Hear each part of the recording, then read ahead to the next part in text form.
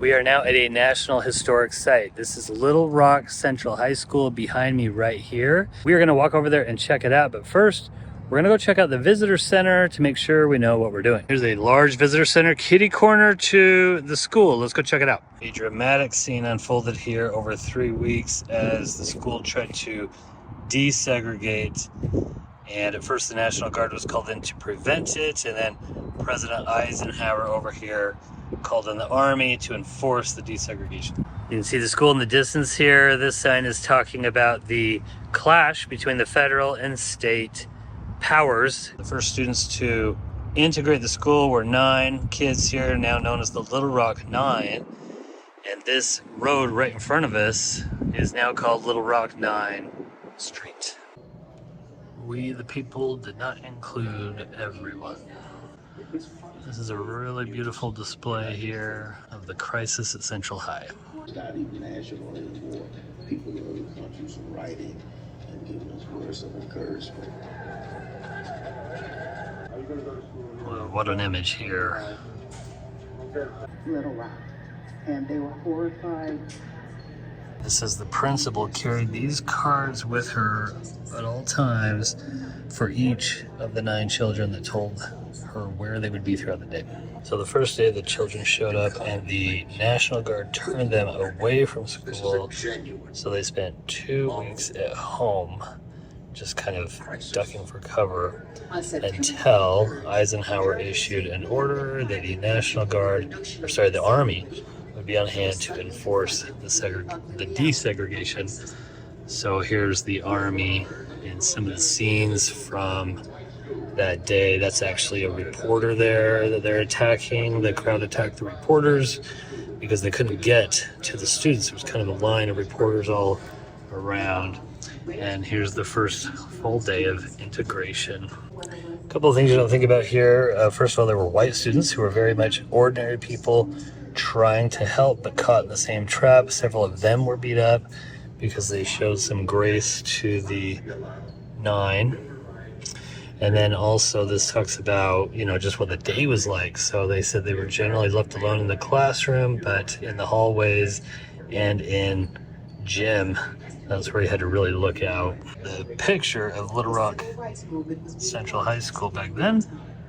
Okay, so I learned a lot in that visitor center there. I'll share a couple of things here in just a moment. Here's the memorial on the right, and then across the street is the school. And then over here across the street from the school is a gas station that kind of became the headquarters for the media during the whole thing. So that has been preserved, and it used to be the visitor center here. Okay, so several images on these here of the events and the school and the kids and all that, with the visitor center there in the background. And the path takes you to the school. To actually be on this street where this incredibly dramatic scene unfolded over the course of a few weeks in the 50s is really kind of a crazy thing. There were 9 kids, and I believe there were originally 10 who applied to go to the school, and they actually had to apply to go to the school, and there was some real kind of treacherous circumstances around doing that. Of course, they knew the danger going in. They knew that people wouldn't accept them and that it was going to be really, really difficult, but those families were committed to education and they were committed to ending segregation. For me, I just keep seeing the faces of those kids in those images, and my heart just breaks for them. And as a father, I just want to reach out and give them a hug all of these years later.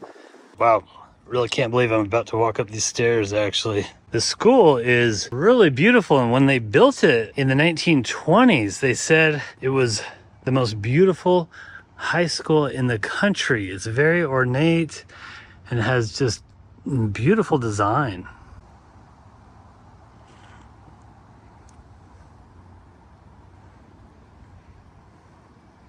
We are here on a Saturday. There's nobody here.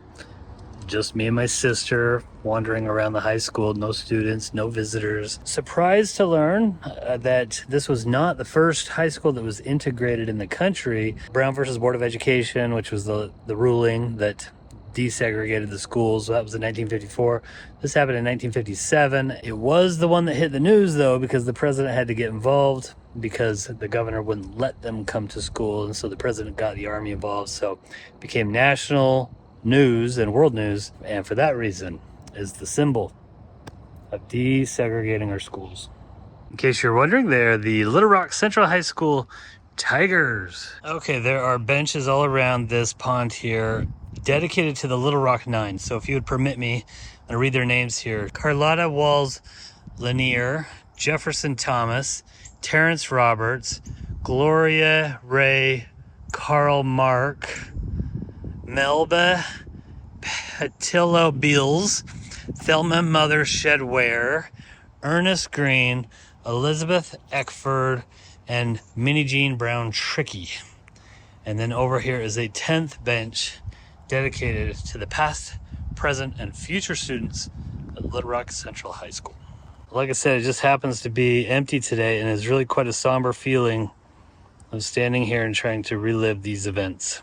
We got a recreated bench here across the street, and it has a story. NAACP president called all of the students' parents the day before to tell them that they were supposed to meet at a certain place at a certain time, about 8:30 in the morning, to meet together and to have people, the ministry, escort them in. Well, this one girl, her name was Elizabeth Eckford, did not have a phone, and so she didn't get the call. So she rode the city bus here. Since they didn't do school buses, she rode the city bus here and got dropped off here at 8 o'clock, so 30 minutes before the rest of the kids. And she wasn't able to get in because the angry mob was here. And so she sat here 30 more minutes while the mob was kind of attacking her and talking to her. And from what I understand, she never spoke back. Okay, and here's the gas station that is across the street from the high school. Again, used by the media during the whole event, and used to be the visitor center here until the new one was built in 2007. It is truly crazy to think this street where all that drama was happening back then. Okay, as you can see, the streets have been renamed to the Little Rock 9 Way, and Daisy got some bait. She was headed to NAACP, the local chapter, during that event. Okay, of course, we got to get her a picture by the sign, and I did get my brochure for my collection.